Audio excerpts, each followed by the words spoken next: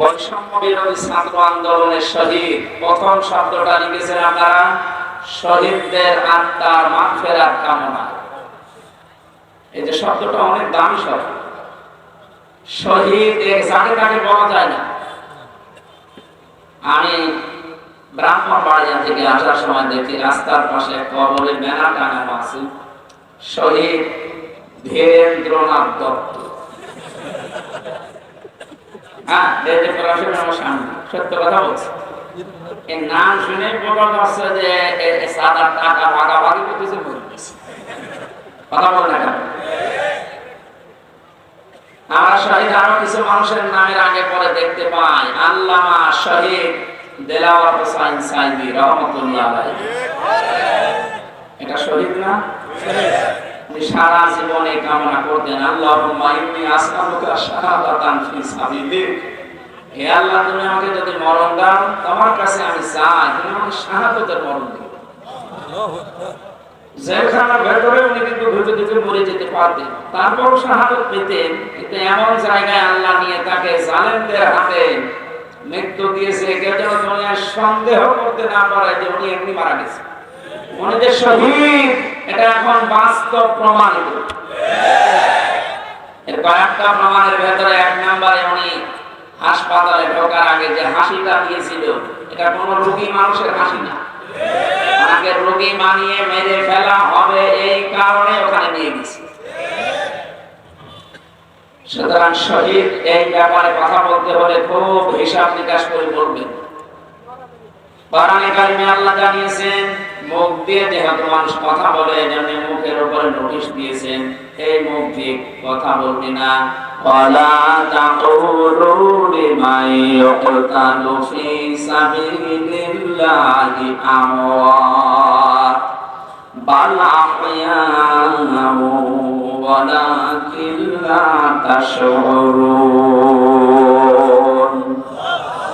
সূরা বাকারার 154 নম্বর আয়াতে আছে, তাফসীরে ফি জিলালিল কোরআনের ব্যাখ্যা আছে। আমি শুধু সামারাইজ করে একটু অল্প বলছি।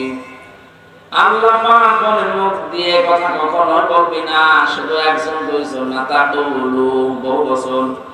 কেউ এ কথা জীবনেও বলবি না যে যারা শহীদ হয়েছে, যারা মারা গেছে।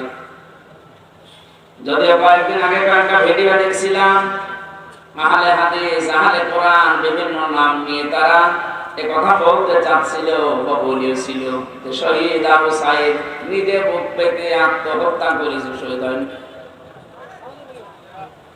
আমি গতকালকে আবু সাইদের কবর থেকে আসলাম, কত বর্ষ ধরে শুধু আপনাদেরকে না রেকর্ড হচ্ছে, এটা তামাম দুনিয়ার মানুষকে বলছি, শহীদদের ব্যাপারে কথা বলতে হলে হিসাব করে বলবেন। কারণ আল্লাহ নিজে এটা মুখের উপরে নোটিশ জারি করে দিয়েছেন, কথা বলা যাবে না। বাল আহয়া, আল্লাহ বড়রা জীবিত, ওরা কি কিন্তু তোমরা টের পাও না। শহীদ আবু সাইদের এই আত্মদান, জীবন দানের মাধ্যমে যত মানুষ উদ্বুদ্ধ হয়েছে, যার কারণে আজ এখানে বসে আমরা কথা বলতে পারছি। অনেকে মনে করেন ময়দানটা এত সহজ না। আজকের এই অনুষ্ঠানের জন্য কারো পারমিশন লাগে না, অথচ 5 তারিখের আগে অনুষ্ঠান করতে 14 জায়গায় বলা লাগতো। যাদের সাথে ঘৃণায় কথা বলা যায় না, মানুষ মনে করা যায় না, এই মানুষের কাছেও বলা লাগতো ভাই একটু লিখে দেন, কথা বলে না। আমি কেন বললাম যে ঘৃণা রাখতো ওদের সাথে কথা বলতে? আমি এমনি বলি নাই। কোরআনে কারীম জানিয়েছেন ইন্নাল্লাযীনা কাফারু মিন আহলিল কিতাবি ওয়াল মুশরিকিনা ফি নারি জাহান্নামা খালিদিনা ফিহা উলাইকা হুম শাররুল বারিয়া। ইয়াদের ভেতরে আল্লাহ যে কথা জানিয়েছেন, নিশ্চয় যারা কিতাব পেয়েছে, আমরা যারা মুসলমান কিতাব পেয়েছি না পাইনি, আমাদের কিতাবের নাম বলেন। ইহুদিরা দাবি করে ওরাও কিতাব পেয়েছে, তাওরাত। খ্রিস্টানরা দাবি করে ওরাও কিতাব পেয়েছে, ইনজিল।